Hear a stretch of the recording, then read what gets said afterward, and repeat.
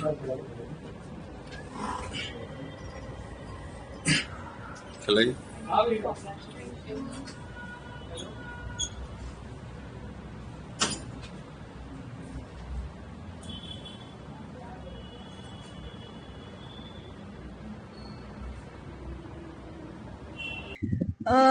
ये अटेम्प्ट बहुत स्पेशल था क्योंकि मैंने सर्विस के साथ दी है, और चाहे वो मेंस का रिजल्ट हो या मेरा फाइनल रिजल्ट हो, वो मैं ड्यूटी के दौरान ही प्राप्त हुआ दोनों।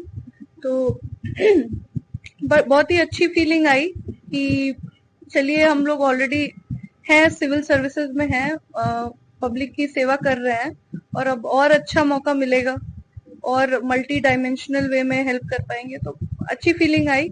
बहुत अच्छा मोमेंट था। जी धन्यवाद। पढ़ाई मेरी स्कूलिंग जो है वो डीपीएस बोकारो से हुई है। क्लास 12 तक मैंने वहां से पढ़ाई की। फिर मैंने मेरा B Tech National Institute of Technology Manipur से किया। वहां से पास आउट होने के बाद फिर मैं सिविल सेवा परीक्षा की तैयारी में जुट गई। तो उसमें सेकेंड अटेम्प्ट में मुझे सक्सेस प्राप्त हो गई थी। Uttar Pradesh public service commission भी मैंने क्लियर किया था और यूपीएससी भी क्लियर किया। उसके बाद से मैं दानिप्स में आ गई थी और कंटिन्यूअस सर्विस में थी। बट साथ साथ में जो पढ़ाई कर रखी थी, तो मन तो करता था कि और करे, पढ़ा इतना पढ़ा है और उसका यूटिलाइजेशन करे।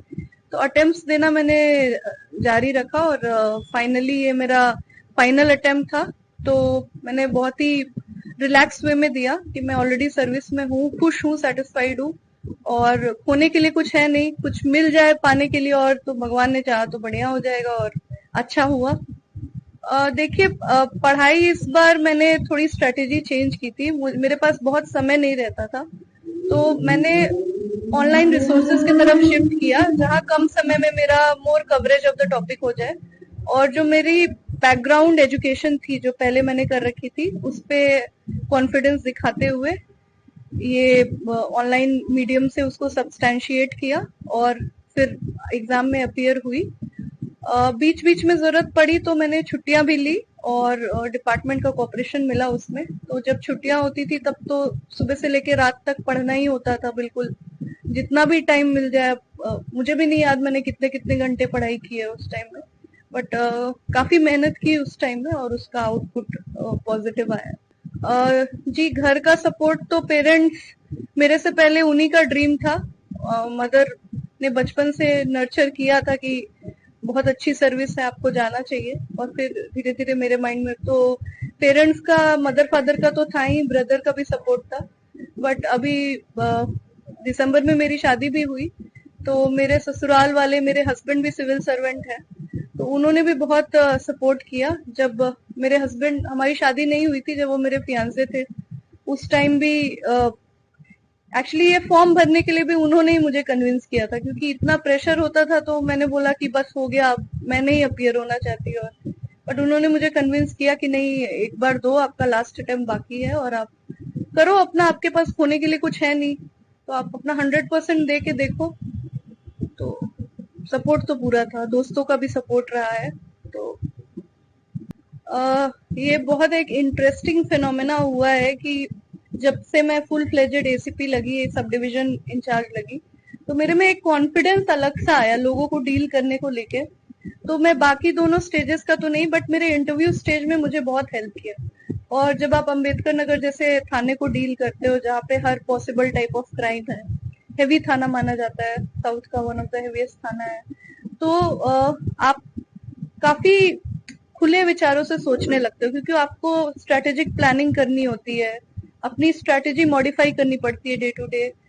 तो उन सब चीजों का असर ये हुआ कि मेरा जो सोचने का तरीका था, नजरिया था, वो और एक्सपैंड हुआ।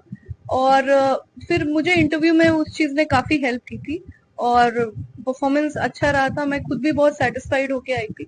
तो मैं बोलूंगी कि मेरे एक जॉब प्रोफाइल ने ऐड किया है मेरी पर्सनालिटी में, और उसको और ज्यादा एनहांस किया है।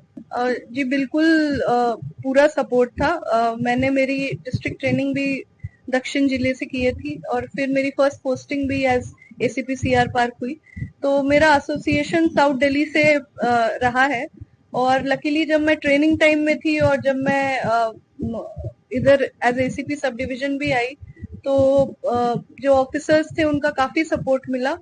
हमारे चाहे डीसीपी साहब हो, जॉइंट सीपी सर हो, मुझे याद है मेरा इंटरव्यू 18 फरवरी को पड़ा था। उस टाइम एआई इम्पैक्ट समिट चल रहा था, काफी प्रेशर था पुलिस पे भी।